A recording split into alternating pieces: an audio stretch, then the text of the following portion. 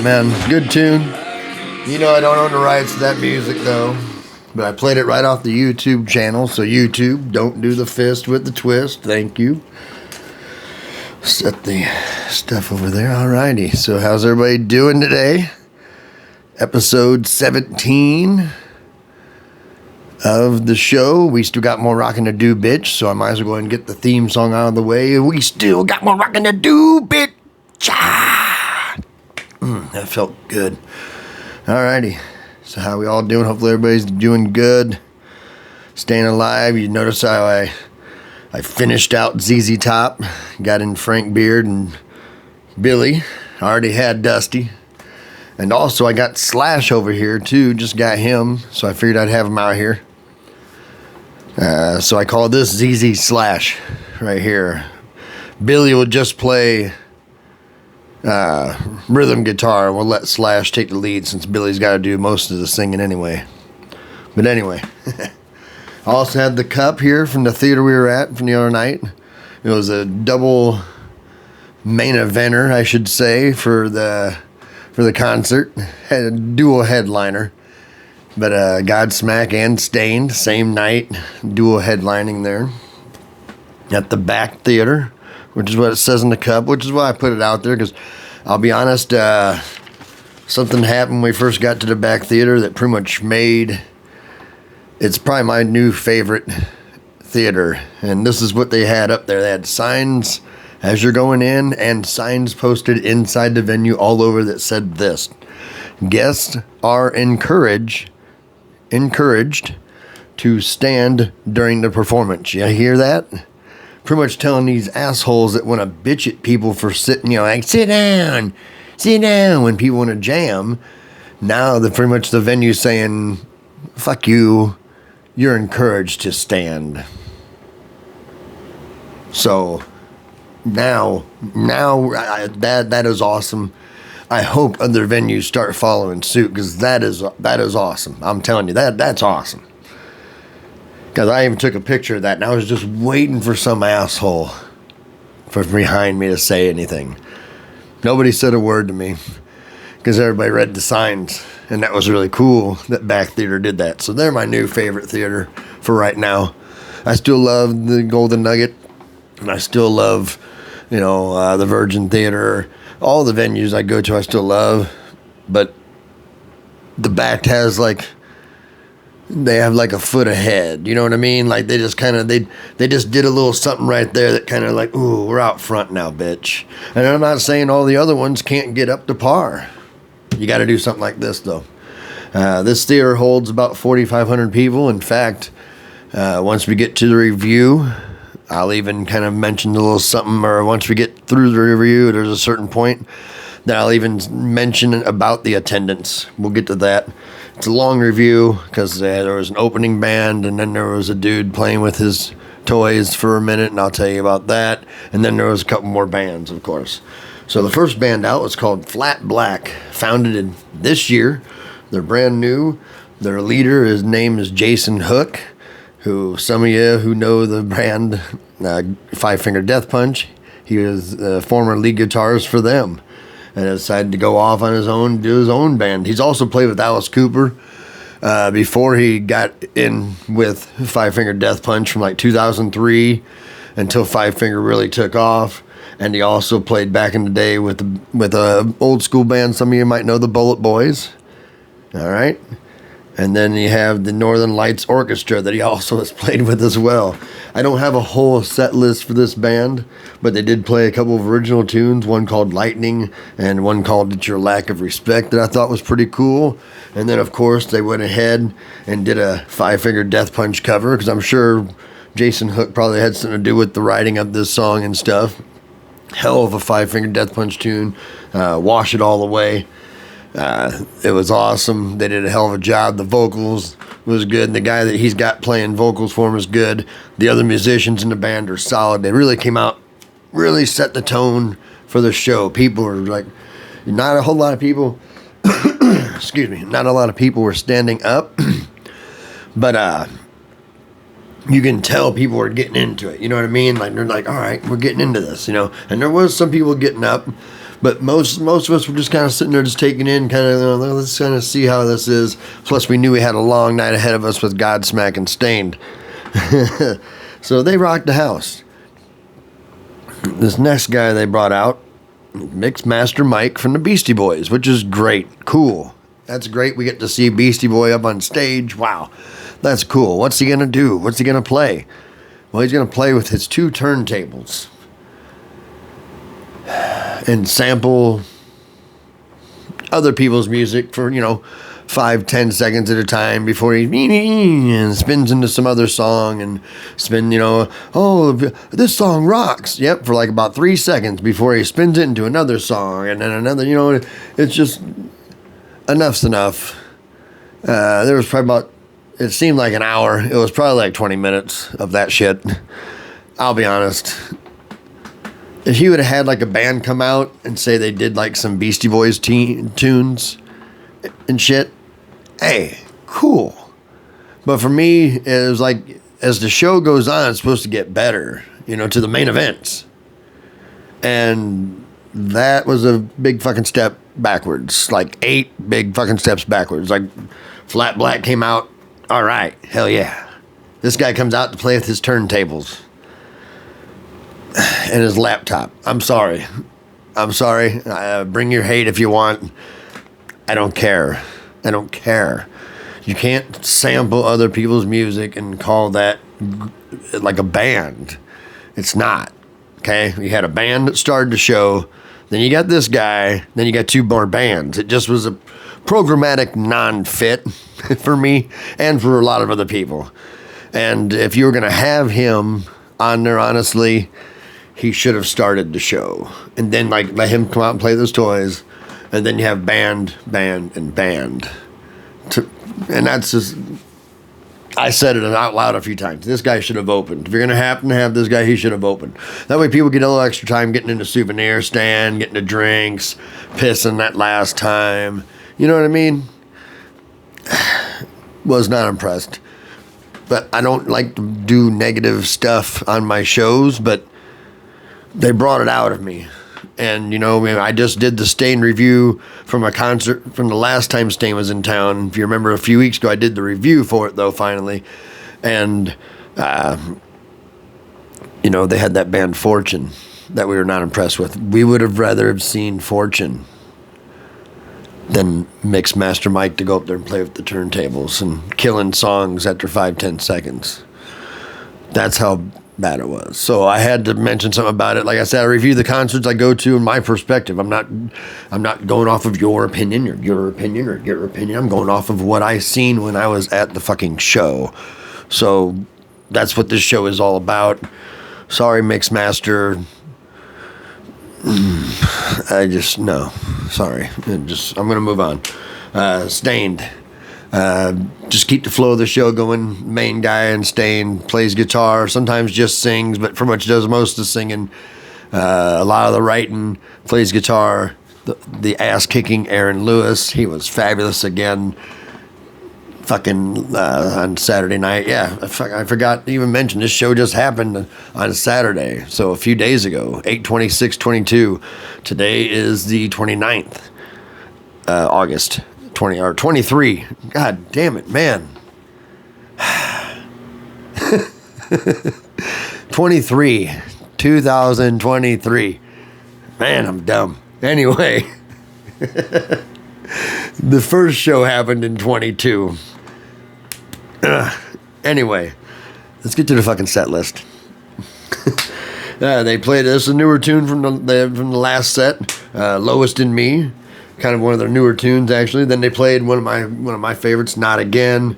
Then they played an old school Staind, Just Go, Eyes Wide Open, Fade, Something to Remind You, which is one of my favorite written tunes.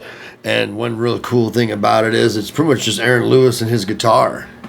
And it's one of them songs that is so simple, yet so fucking unbelievably great. It really is. It's just Aaron and his guitar. It's not a long tune at all, but it is so powerful. It's called Something to Remind You. if you ever get a chance to listen to it, like I said, I mentioned the set list for a lot, so that way you can go back and listen to it again when I'm reading them off, and sometimes even be like, hey, let me look up some of these songs and learn about this band that my friend is talking about. And that's why I do it. And this song here is a song, one of them songs that's good for your life. Like, I rank it up there with, like some of my favorite rock ballads and rock slower tunes, and like tunes like, In My Life and stuff like that by the Beatles. This tune is that great. And like I said, it's so simple. It's just him and his guitar for like 2 minutes and 40 seconds, I think, something like that. I'd have to look it up, but it is so powerful. Check it out. Song 7 was Epiphany, which is another very popular Staind song. And then, Right Here Waiting, another song that is, one of those songs that really gets you, an awesome rock ballad. And the reason why I played this next song is called Outside. I played that song coming in. The reason why I played that is because I'm not a huge fan of when the singer wants the crowd to sing and shit, because it's like, well, I didn't pay to hear me sing or Joe Blow Fuckface over there sing. I paid to see you sing. But he stepped back in the mic and he said, you sing, and then stepped back in the mic for the last verse of the song Outside. And if you know the song Outside, even if you don't like Staind a whole lot, you should check out this song. This is another one of them songs that really can get to you when you think about it, when you think about the lyrics and everything.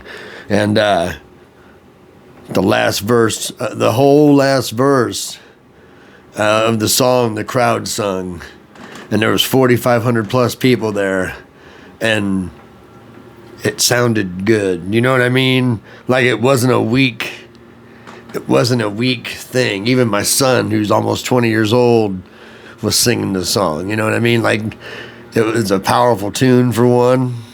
And we sung that whole last verse, and after we got done, even Aaron Lewis was like, fuck yeah. Like, he was, because that's got to be pretty cool to have a bunch of people sing your song. And like I said, I'm not a huge fan of that, but certain moments, all right. And that was one of them. There's been a couple other times in my concert going career where it's like, that was cool, we did that. Even though I didn't pay for the seat, I didn't pay to hear me, I paid to hear you. But I understand. Every once in a while, the moment's right. And that moment was beautiful. And I hope that somebody is cool enough to, because you can find a lot of YouTube videos of concerts, put in like Staind Las Vegas 2023 on YouTube, and sometimes people have actually videos of it. And I'm hoping, so I'm going to check after a while and check to see if there's videos of it out yet, because I know somebody had to post a video somewhere of that, and it's pretty powerful whenever everybody comes together like that, because like it just was awesome, and I was glad to be there for that. Next song was Wannabe. And then, of course, they're going to do another rock ballad that's awesome, So Far Away. Another awesome tune, especially me being far away from my home and family. It's one of those songs that gets to you a little bit. And then the next song after that is For You. And then It's Been a While. And then they finished up their set with Mud Shovel. And that's the end of the Staind set. No encore, because they're doing like the double main event band thing. So that way... excuse me, a little phlegm in there this morning. So they're doing like the main event thing. So the last band will do the encore. But first, before Godsmack comes out, they show a quick preview of the Godsmack's lead singer and main writer and stuff, Sully Erna. Apparently he's had a crazy life even before being in Godsmack and stuff, and they're getting ready to put out a movie about his life. I guess it's it's going to be on many outlets, but one of them I seen that I have is Amazon Prime, because I don't have Netflix and shit anymore, and I don't have Hulu. Pretty much we just have Amazon Prime because we buy stuff on Amazon. Anyway, so I want to check out that story. So I thought that was pretty cool. I wanted to bring it up real quick. And then on stage, Chris fucking Angel comes out. And I'm not I've never seen his show on TV, any of his shows he's ever had on TV. I'd never seen his Vegas show here. Went to one of his tapings of a show once, but the way they had the operation just trying to get in and how long they were saying it's going to be and everything, we end up leaving and getting out of it. It was going to be a free event anyway. Long story. I'm not going to get into that. So I didn't lose out on any money. We just wasted a little bit of time, but we just didn't want to waste more time. So we got the hell out of there as quick as we found out shit was not great. But I still kind of like it whenever they bring out that local celebrity, or even big time celebrity in his case, because a lot of people know him around the nation. And, comes out and announces for a concert. That's cool. He did that earlier this year at the Westgate for Winger, too. That was awesome. I kind of like that. And like I said, I'm not a huge fan of the guy. And like I said, I've never seen his shit. I know kind of has an idea what he does, but I've never seen his shit. But it's just cool that they did that, And not only... He brought up the point that they even had to open up the extra balcony on the top for the show. So he said they went over capacity as far as what they list capacity. So it was 4,500. I say 4,500 was the capacity, but then with that extra balcony level, I don't know how much it is. That's why I just said 4,500 plus people. And that's pretty cool that many people showed up, because I wasn't on like the lower shit.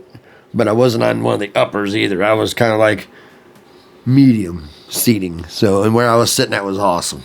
And it's a great venue, great sounding venue. It's not huge, but it is big enough to where long piss lines, long drink lines, et cetera, et cetera, et cetera. So you got to move quick when you're moving. But into the Godsmack set list. First off, When Legends Rise, 1,000 horsepower. Then they do the Crying Like a Bitch, which is a Godsmack favorite. Another tune called You and I. Then they do a Something Different.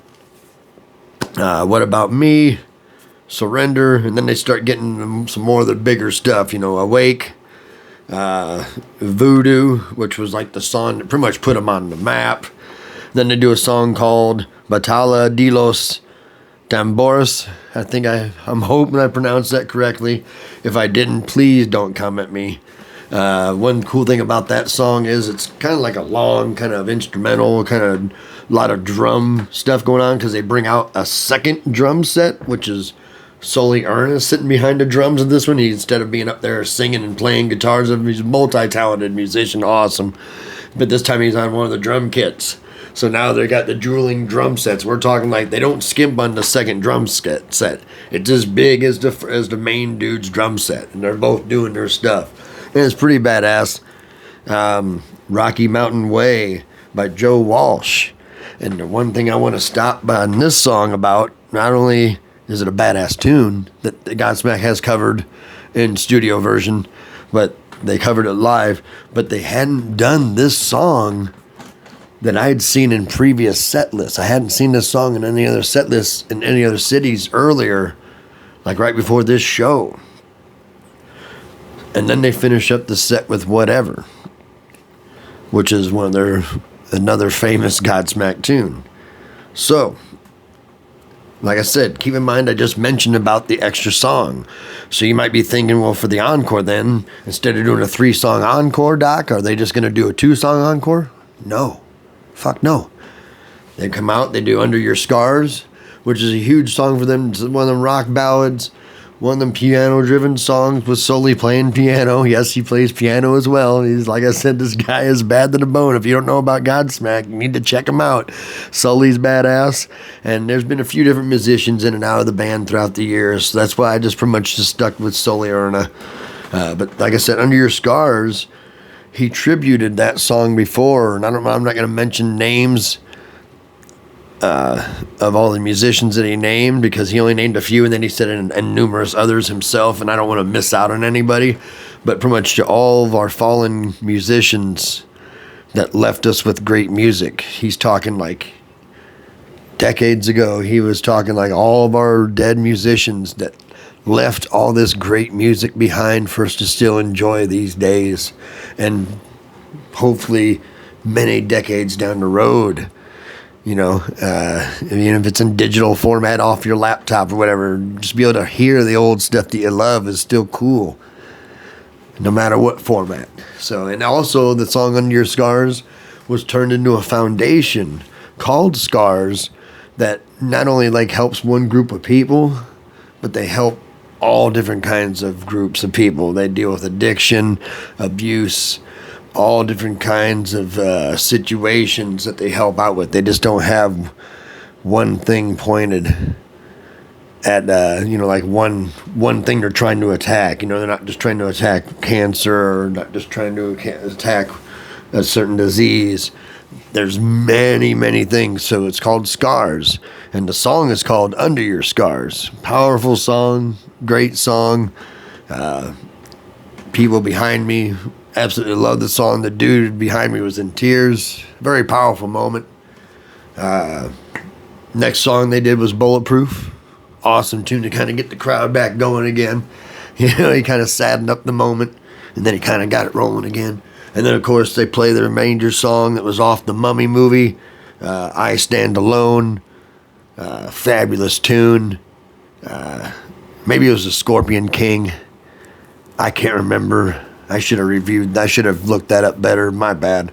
But it's the song I Stand Alone. That's all that fucking matters. It doesn't matter what movie it played on at that point. Who cares? Alrighty, but that's pretty much the review. Like I said, it was a great show. And like I said, I had my son with me this time too. So it's one of them things where, me and him create memories together. That's stuff he won't forget for a long time, and I won't either. And my son's a good buddy of mine. He's going to be turning 20 years old pretty soon. So it was just fun to be able to share. It's fun to be able to share moments with people you love and people, your friends, your family. And it's cool to meet new people. I was talking to this guy next to me. I was talking to people behind me. I was talking to people in front of me. I even handed out a couple of the show cards. Don't know if it's going to turn out to be anything, but you never know. Busy week this week. I got Thursday night we got Tom Segura. I know it's not rock and roll, but Tom Segura does rock in the comedy world. That's going to be at the Cosmo. Then I got Lita Ford Friday. And then Saturday night is going to be the Night Rangers / Stephen Pearcy concert, which is going to be like Night Ranger and Rat, just without a lot of the Rat musicians. But it's going to be Stephen Pearcy, one of the other Rat guys, and then a few other guys that make up the new Stephen Pearcy band. So Thursday, Friday, Saturday, I'm going to be busy and be dragging ass on Sunday. But that's all I got for y'all. Damn, I gotta get my throat cleared out. I need to hit that bowl. Anyway, excuse me. Damn. I wish there was something in here. Anyway, I'm going to get going. Love y'all. I'm going to talk to y'all next Tuesday. Don't forget to watch, like, subscribe, comment, share with your buddies. Let your friends and family know. Get on there and check them out. Even if you don't have to watch the video, what you do is just hit play and listen to what I'm saying. Because, I'm just sitting here. It's not like I'm doing tricks and shit. But you can hear me in the background. A lot of the videos that I'm listening to when I'm playing my Madden, it's just I listen to them in the background. I listen to it for the audio, not so much for the video. So, hey, do it to it, man. Listen about some rock and roll, get some history, get some knowledge. If these bands come to your area, they're going to rock your house as well. Love you. I'll talk to you next Tuesday. And remember the golden rule. We still got more rocking to do, bitches. A lot more rocking. Night, night. Keep a hold tight.